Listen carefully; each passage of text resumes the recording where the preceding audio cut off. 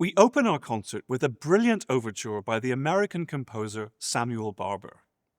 Written in 1933, when Barber was only 23 and a student at the Curtis Institute of Music in Philadelphia, it takes its title from a comedy of manners play written in 1777, Richard Sheridan's The School for Scandal.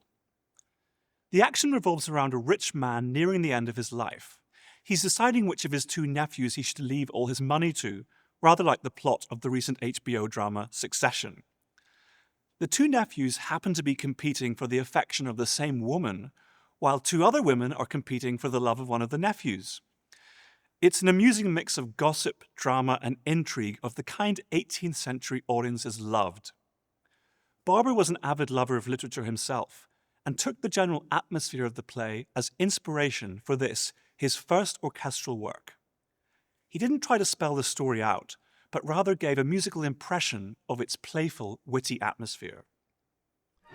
The overture begins with a brilliant orchestral fanfare, followed by a rather sneaky, unstable-sounding theme in the first violins, perhaps depicting the gossip and intrigue of Sheridan's play. There follows a brilliant and urgent melody in all the strings, before a calmer middle section, full of romantic yearnings, starting with an English horn solo. The sneaky theme of the opening then returns, transformed into something triumphant and powerful, but never quite giving up the hint of impropriety that characterizes the whole piece. For the first orchestral work by a young student, the overture is incredible. Barber's harmony is clear and romantic, deeply rooted in the past, but with the new shine of America evident in every bar.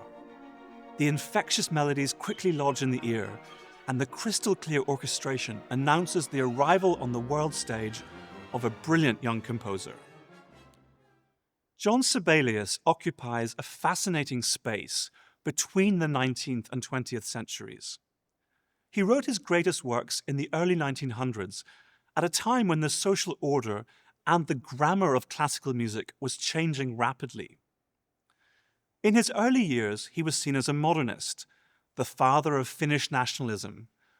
But by the time he began to write his Fifth Symphony in 1915, music had changed.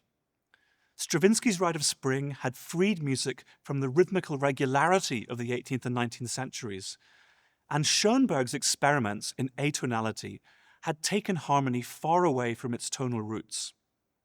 Suddenly, in early middle age, Sibelius faced an existential crisis. He was about to be eclipsed as a modernist. He was rooted in the 19th century. His music is built from its traditional rhythmical and harmonic bricks. Yet he wanted to contribute original ideas to symphonic music. How could he do this? Faced with the risk of becoming irrelevant, he focused on innovating in symphonic form. Now, what exactly is form? Well, it's a little bit like a wine bottle.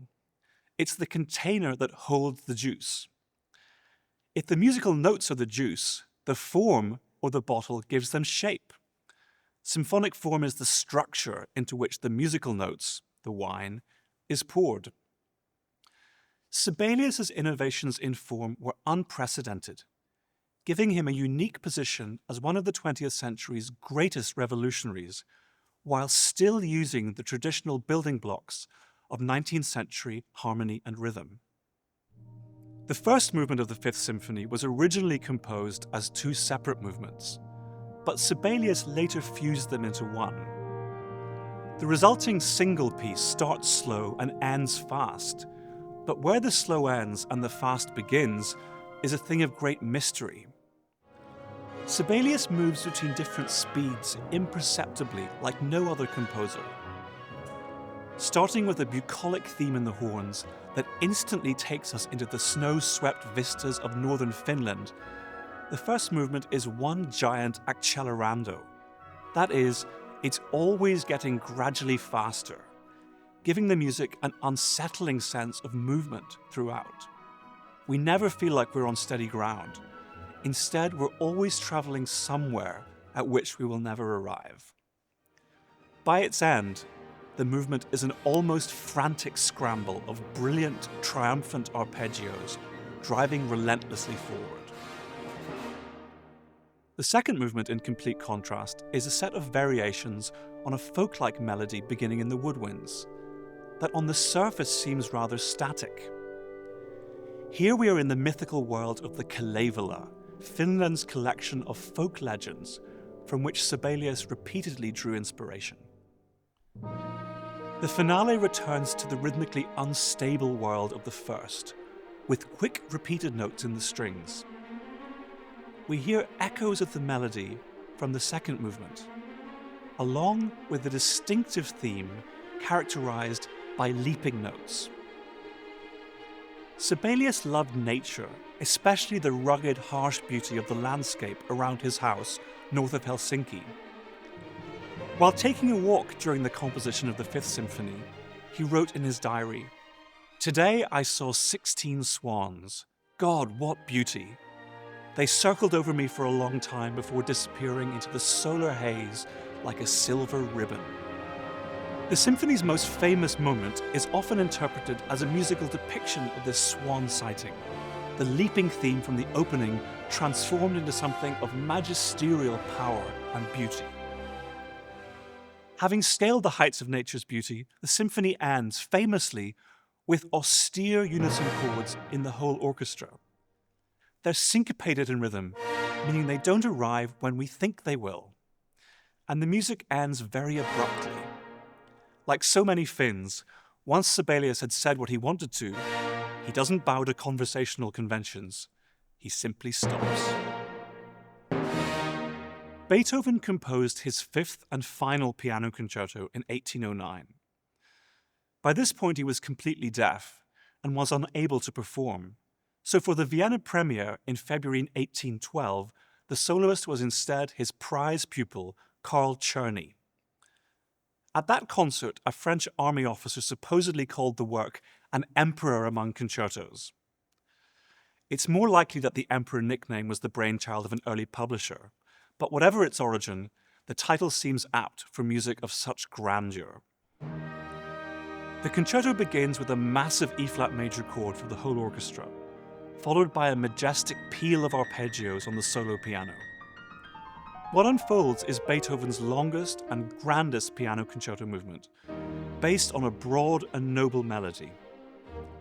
One of my favourite writers on music, the great English musicologist Donald Francis Tovey, described this melody and the ensuing, more subdued second theme thus: "The orchestra is not only symphonic, but is enabled by the very necessity of accompanying the solo lightly to produce ethereal orchestral effects that are in quite a different category from anything in the symphonies.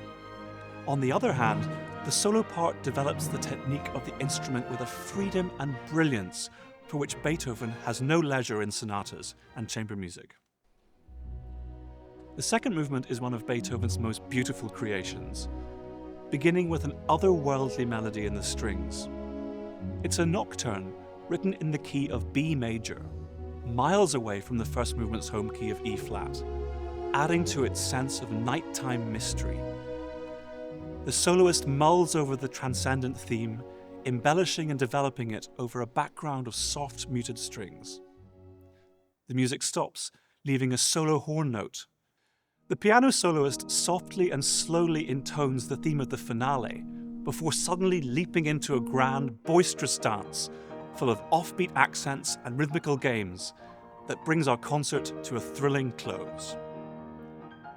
For these performances, we welcome my fellow Belfast man, the great Irish pianist Barry Douglas, in his Jacksonville debut.